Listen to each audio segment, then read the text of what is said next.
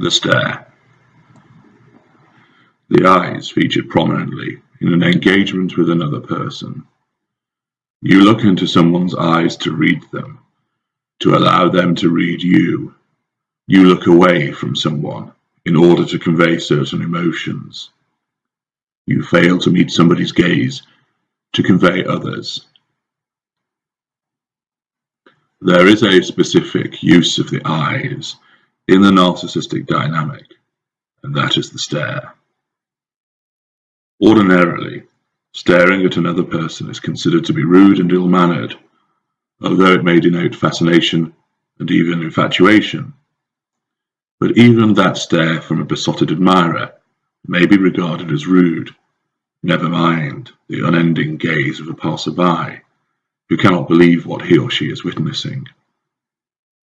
The stare, when deployed by our kind, takes on a different application altogether, and it manifests at different times during your engagement with us.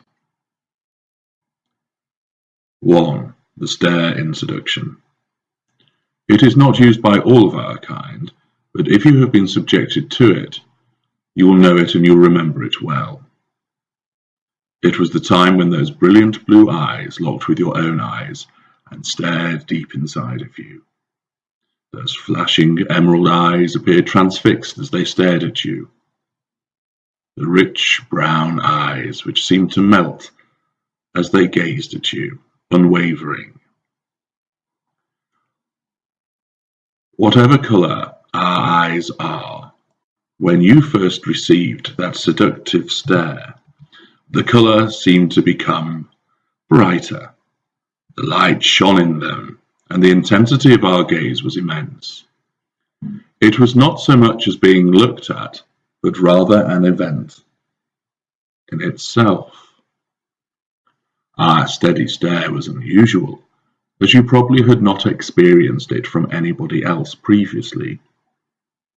You wanted to look away, torn between a sense of discomfort, but the mesmerizing quality of our eyes kept you looking back into them. At that moment, our relentless gaze told you that you, and only you, mattered. There was nothing else of consequence in the universe. The background drained away, the surrounding sounds became muted, and all distractions were removed. We wanted to show you that our devotion to you was beyond anything else. Only by allowing us to stare at you for such a long time were we able to convey the depths of our apparent love, the vastness of our desire for you, the sheer scale of our need to be with you. Time slowed and then stood still. Your skin tingled from the experience of this tantalizing stare. Your breath caught in your lungs. Your face seemed to flush, and the wave of addiction washed across you, sending a shiver up and down your spine, around your neck, and twisting your stomach.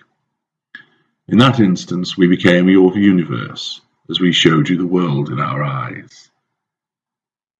Yet, what you really looked on as those two eyes continued to bore deep into you was yourself.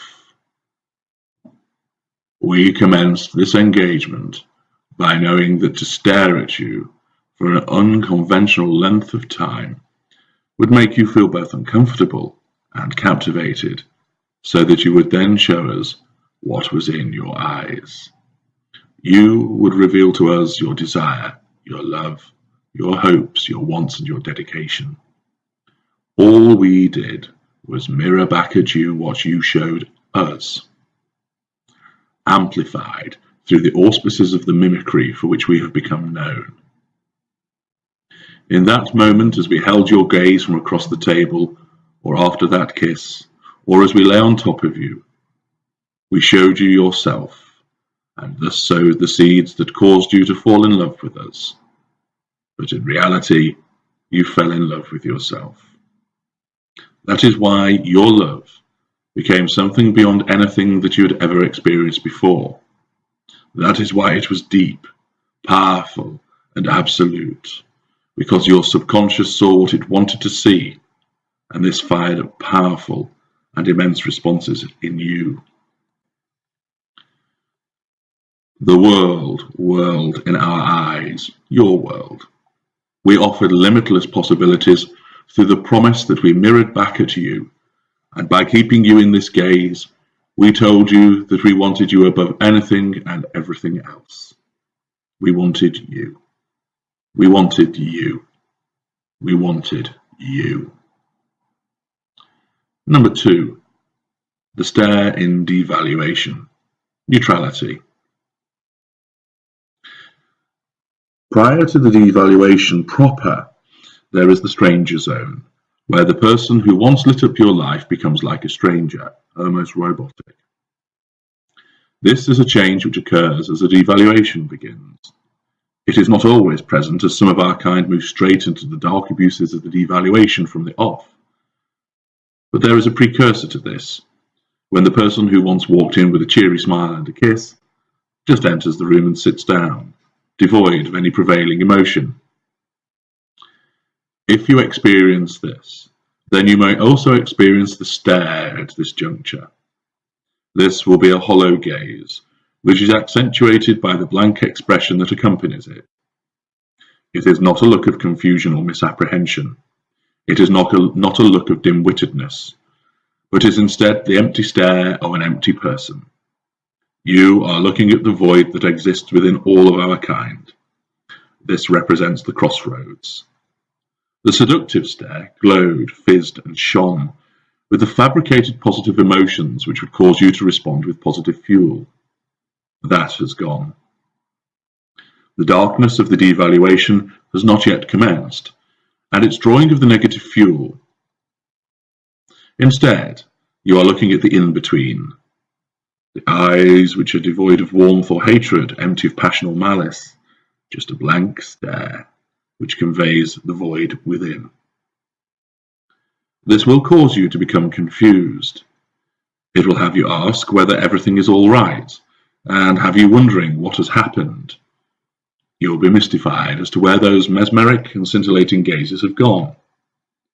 Why are you no longer looked at with that piercing and uplifting look? Where have we gone? If we had a soul, it is as if it had been sucked from within us, leaving only the husk behind. You cannot complain that you are being badly treated, since no abuses have yet been deployed against you.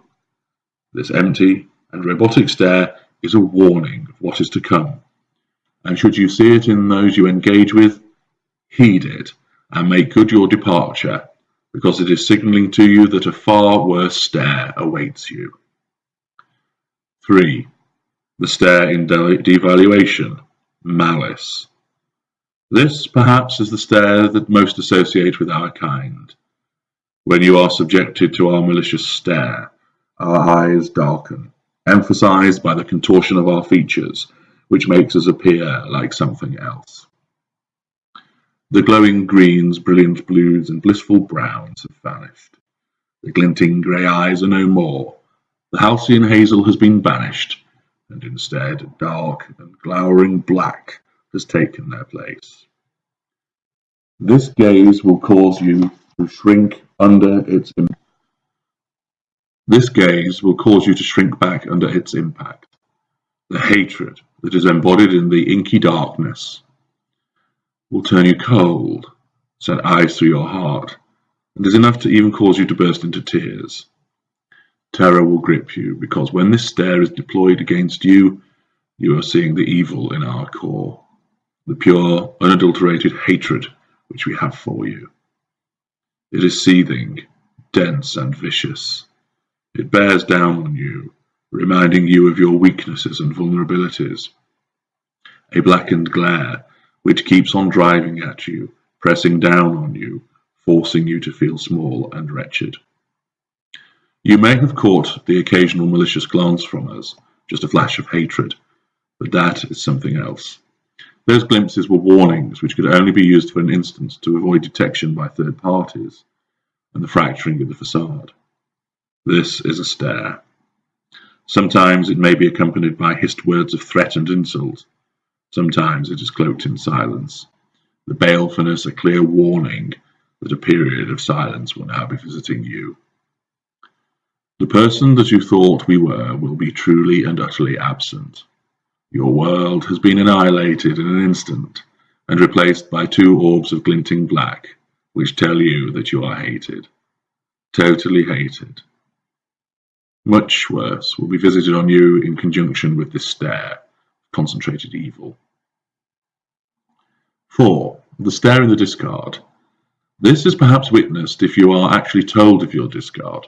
More often, it appears post-discard when you try to see us, to plead with us for answers, to beg us to take you back, and so forth. The stare is one of pure contempt, disdain and distaste for you. How on earth did we come to couple with one so weak, so pathetic and so disgusting as you? You make us shudder to think that we once even looked at you with favour, love and longing.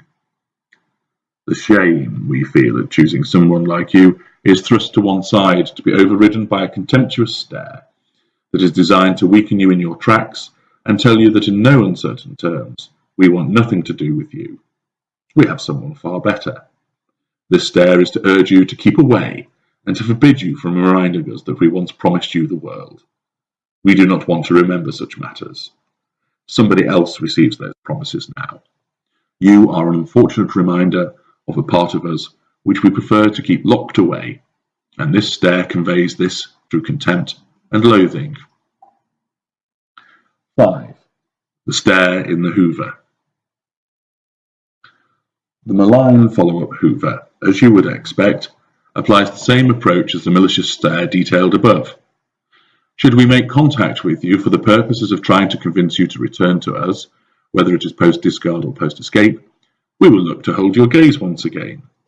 This time those eyes of ours will shine again, but with hope, longing, and contrition. Vulnerability, sorrow, and remorse may appear to loom large in the rounded and pleading gaze which we now hold you in. Once more, this is pure artifice. All we are doing is mirroring what you show to us. The hope that we might have seen the error of our ways, the longing for us to come to the realization that we have done wrong. The sorrow for a person who must behave in this manner. The remorse that you engaged with someone so vile. The longing that you have for the golden period to shine once again. It is all manufactured as we mirror back to you what we see, but for the purposes of hoodwinking you once again. And with mealy-mouthed assurances and never-to-be-delivered promises, we hook you back into our grasp. The stare is a prominent weapon which we engage with you. It is a device that fabricates those emotions we do not possess and allows you to see the reality of who you have entangled with when you look upon the emptiness and shrink from the malice.